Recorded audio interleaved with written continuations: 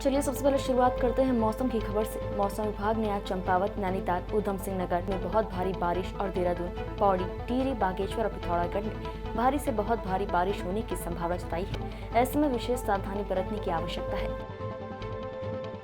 खबर पौड़ी जिले से है, जहां लॉकडाउन से अभी तक बंद पड़ी दिल्ली कोटद्वार के बीच संचालित होने वाली मसूरी एक्सप्रेस और गढ़वाल एक्सप्रेस ट्रेन के पूर्ण संचालन किए जाने के लिए उत्तराखंड विधानसभा अध्यक्ष ऋतुभूषण खंडूरी ने केंद्रीय रेल मंत्री अश्विनी वैष्णव को पत्र लिखकर आग्रह किया है। उन्होंने कहा कि गढ़वाल के निवासियों और यहां आने वाले पर्यटकों को भारी परेशानियों का सामना करना पड़ रहा है। विधानसभा अध्यक्ष ऋतुभूषण खंडूरी ने पत्र में अवगत कराया है कि लॉकडाउन से पहले कोटद्वार से दिल्ली के लिए 2 ट्रेन का संचालन होता था, लेकिन लॉकडाउन के दौरान इन दोनों ट्रेनों का संचालन स्थगित कर दिया गया था। ऐसे में अब जब कोविड की स्थिति सामान्य हो गई है तो इन दोनों का संचालन किया जाए।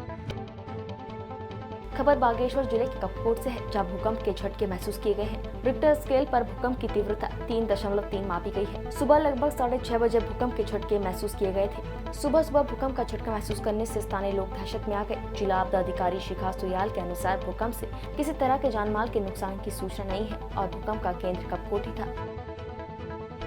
खबर नैनीताल जिले के रामनगर से है, जहां एक दर्दनाक हादसे में 9 लोगों की मौत हो गई है। ढेला नदी में पर्यटकों से भरी कार बह गई। इस हादसे में 9 लोगों की मौत हो गई है, जबकि एक युवती को सकुशल बचा लिया गया है। स्थानीय प्रशासन के मुताबिक कार में कुल 10 लोग सवार थे, जिनमें से एक युवती को सकुशल बचा लिया गया है। घटनास्थल से सभी शव बरामद हो चुके हैं। स्थानीय प्रशासन के मुताबिक कार में स्थानीय लोगों के साथ साथ पंजाब के कुछ पर्यटक भी सवार थे। एसडीएम गौरव चटवाल ने बताया कि हादसे में 3 पुरुष और 6 महिलाओं की मौत हुई है। तीनों पुरुष पटियाला पंजाब के थे, 2 महिलाएं रामनगर की रहने वाली थी। एसडीएम ने कहा कि बाकी चीजें जांच के बाद ही सामने आ पाएंगी। गौरव चटवाल ने बताया कि हादसे का कारण कार का तेज रफ्तार में होना सामने आया है।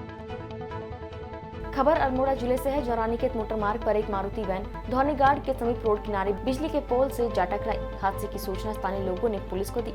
सूचना पाकर मौके पर पहुंची पुलिस ने घायल को 108 की मदद से उप जिला अस्पताल सोमेश्वर भेजा, जहां चिकित्सकों ने उसे मृत घोषित कर दिया। चिकित्सा अधिकारी डॉक्टर आनंद नारायण तिवारी ने बताया कि हादसे में सोमेश्वर के पलियोड़ा गाँव के रमेश कुमार के अस्पताल पहुँचने से लगभग 5 घंटे पहले ही मौत हो चुकी थी। इसलिए माना जा रहा है कि दुर्घटना रात में लगभग 1 बजे के आसपास हुई होगी। थाना अध्यक्ष अजेंद्र प्रसाद के मुताबिक शव का पंचनामा भरकर पोस्टमार्टम के लिए भेज दिया गया है। फिलहाल दुर्घटना के कारणों का पता नहीं चल सका है। पुलिस मामले की जांच पड़ताल कर रही है। खबर चमोली जिले से है, जहां नंदा नगर विकासखंड के प्राणमती गांव में देवर और भाभी का शव जंगल में पेड़ से लटका हुआ मिला। जंगल में दोनों का शव मिलने से पूरे इलाके में सनसनी फैल गई। दोनों बीती 4 जुलाई से घर से लापता चल रहे थे। ग्रामीणों ने तत्काल मामले की सूचना तहसील नंदा नगर को दी। तहसील से जांच टीम मौके पर पहुंची और आगे की कार्रवाई की। उप जिलाधिकारी अभिनव शाह ने बताया कि मृतकों का नाम ममता और कुंवर राम है। दोनों का शव प्राणमती गांव के जंगलों में पेड़ से लटका हुआ था। दोनों रिश्ते में देवर भाभी लगते थे। वहीं तहसील प्रशासन की टीम ने दोनों शवों को कब्जे में लेकर पोस्टमार्टम के लिए भेज दिया है। पोस्टमार्टम रिपोर्ट आने के बाद ही मौत के सही कारणों का पता चल पाएगा कि ये आत्महत्या का मामला है या फिर उनकी हत्या की गई है। खबर देहरादून जिले से है, जहां नगर कोतवाली क्षेत्र के अंतर्गत एक छात्रा ने युवक पर ब्लैकमेल कर दुष्कर्म करने का आरोप लगाया है। आरोपी ने युवती के साथ दुष्कर्म के दौरान अश्लील तस्वीर और वीडियो भी बनाई थी। छात्रा की तारीफ के आधार पर आरोपी के खिलाफ मुकदमा पंजीकृत किया गया है। दरअसल एक छात्रा ने शिकायत दर्ज कराई कि वो 2 सालों से कोतवाली क्षेत्र में किराए के कमरे में रह रही है। 1.5 साल पहले उसकी मुलाकात इंस्टाग्राम के जरिए राहुल शाह नाम के एक युवक से हुई थी। इंस्टाग्राम पर बातचीत करते करते बात आगे बढ़ी तो झांसे में आकर उसने अपनी निजी फोटो आरोपी के साथ शेयर कर दी। उसके बाद आरोपी इन तस्वीरों के आधार पर ब्लैकमेल कर 7 महीने तक छात्रा के साथ दुष्कर्म करता रहा। इसी दौरान आरोपी ने छात्रा की अश्लील फोटो और वीडियो भी बना ली। छात्रा ने परेशान होकर पूरा मामला अपने परिजनों को बताया और नगर कोतवाली में तहरीर देने के बाद आरोपी ने थाने में आकर माफी मांगी और दोबारा इस तरह की हरकत न करने का वादा किया। लेकिन पिछले कई दिनों से आरोपी छात्रा के माता पिता और भाई को अलग अलग नंबरों से फोन पर धमकियां दे रहा है। साथ ही आरोपी छात्रा की अश्लील फोटो और वीडियो उसके गाँव के लोगों और दोस्तों को भेज रहा है। वहीं छात्रा ने आरोप लगाया कि कुछ समय पहले उसका रिश्ता तय हुआ था। आरोपी ने उस लड़के को भी उसकी अश्लील तस्वीर और वीडियो भेज दी। नगर कोतवाली प्रभारी विद्याभूषण नेगी ने बताया कि पीड़िता की तहरीर के आधार पर मच्छी बाजार निवासी आरोपी राहुल शाह के खिलाफ मुकदमा पंजीकृत किया गया है। पुलिस मामले की जाँच कर रही है।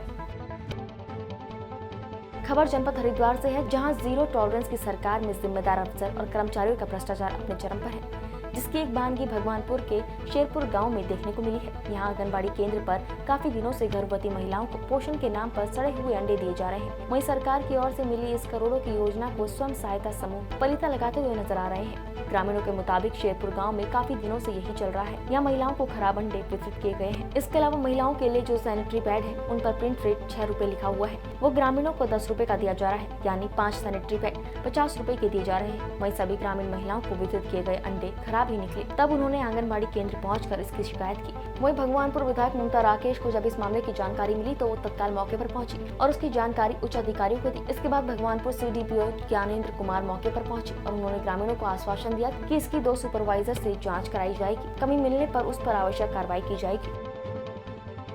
खबर पिथौरागढ़ जिले के बैरीनाग से है, जहां सरकारी सिस्टम की घोर लापरवाही का मामला सामने आया है। यहां सभी सरकारी स्कूलों में कक्षा 1 से कक्षा 8 तक के छात्रों को मुख्यमंत्री आंचल अमृत योजना के तहत सप्ताह में एक दिन पौष्टिक आहार के तौर पर दूध दिया जाता है। स्कूलों में दूध के पैकेट पहुंचाने का काम उत्तराखंड सहकारी डेयरी लिमिटेड करती है। गुरुवार को बैरीनाग विकासखंड के विभिन्न स्कूलों में जब दूध के पैकेट पहुंचे तो वो एक्सपायरी डेट के थे।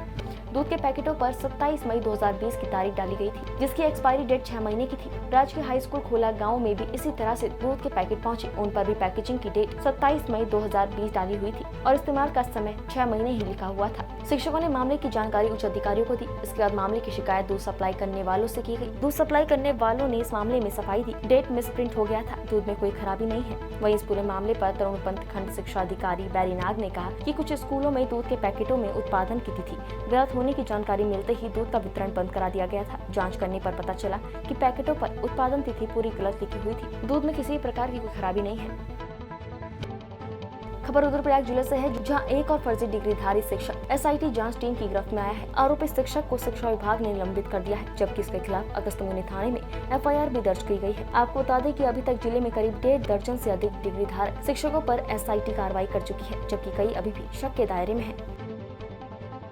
खबर टिहरी जिले से है, जहां मुनिकीरेती थाना क्षेत्र में पुलिस ने अंतर्राज्यीय गिरोह के एक सदस्य को स्मैक के साथ गिरफ्तार किया है। आरोपी ऋषिकेश में विदेश पर्यटकों और स्थानीय युवकों को स्मैक बेचा करता था। आरोपी राजस्थान के नागौर जिले का रहने वाला है। पुलिस ने बताया कि क्षेत्र अधिकारी मुनिकीरेती रविंद्र चमोली के निर्देश पर LOG और थाना मुनिकीरेती पुलिस सहित 2 टीमों का गठन किया गया था, जो इलाके में अवैध नशे के खिलाफ अभियान चला रही थी। इसी बीच पुलिस को मुखबिर से स्मैक तस्कर के बारे में जानकारी मिली, जिसे पुलिस ने तपोवन क्षेत्र से गिरफ्तार किया। वहीं पूछताछ में आरोपी ने अपना नाम दिनेश बताया। उसने बताया कि वो स्मैक राजस्थान के शिखर से लेकर आया करता था, जिसे वो यहाँ ऊंचे दामों पर बेचने की फिराक में था, लेकिन उससे पहले ही पुलिस ने उसे पकड़ लिया। खबर जनपद उधम सिंह नगर के खटीमा से है, जहां खटीमा के यूपी उत्तराखंड सीमा पर स्थित मझोला गांव में सिंचाई विभाग की जमीन पर लगे यूकेलिप्टस के पेड़ों को किन्हीं अज्ञात व्यक्तियों द्वारा काटकर ट्रैक्टर ट्रॉली द्वारा यूपी सीमा के अंदर ले जाया जा रहा था, जिसकी सूचना पाकर खटीमा SDM ने मौके पर तहसीलदार और पटवारी को भेजकर यूकेलिप्टस से लदी हुई 3 ट्रैक्टर ट्रॉलियों को कब्जे में लेकर तहसील परिसर में खड़ा कर दिया। राजस्व विभाग द्वारा सरकारी पेड़ काटने के आरोपियों का पता लगाया जा रहा है। खबर उत्तरकाशी जिले से है, जहां वित्त मंत्री प्रेमचंद अग्रवाल की अध्यक्षता में जिला नियोजन समिति ने विभागवार योजनाओं के परिव्यय को अनुमोदित किया। लोक निर्माण विभाग का परिव्यय 5 करोड़ 50 लाख से बढ़ाकर 6 करोड़ 22 लाख कर दिया है। जल संस्थान लगभग 3 लाख से 5 करोड़ बढ़ाया गया, जबकि पेयजल निगम के परिव्यय को 2 करोड़ 42 लाख अनुमोदित किया गया है। प्राथमिक शिक्षा का 3 करोड़ 50 लाख का परिव्यय और माध्यमिक शिक्षा सहित करीब 30 विभागों का परिव्यय नियोजन समिति ने अनुमोदित किया है। वन विभाग के परिव्यय को DPC ने 1 करोड़ 50 लाख से और बढ़ाने का अनुमोदन किया। खबर चंपावत जिले से है, जहां टनकपुर बनबसा में CEO ने आगामी ईद को लेकर गोष्ठी का आयोजन किया। इस दौरान उन्होंने सभी लोगों से ईद पर्व को आपसी भाईचारे और शांतिपूर्ण ढंग से मनाए जाने की अपील की। बीते गुरुवार को CEO अविनाश वर्मा के नेतृत्व में टनकपुर बनबसा के स्थानीय मुस्लिम समुदाय के लोगों, मस्जिद के मौलानाओं, मस्जिद कमेटी के पदाधिकारियों, जनप्रतिनिधि और क्षेत्र के गणमान्य व्यक्तियों के साथ गोष्ठी का आयोजन किया गया।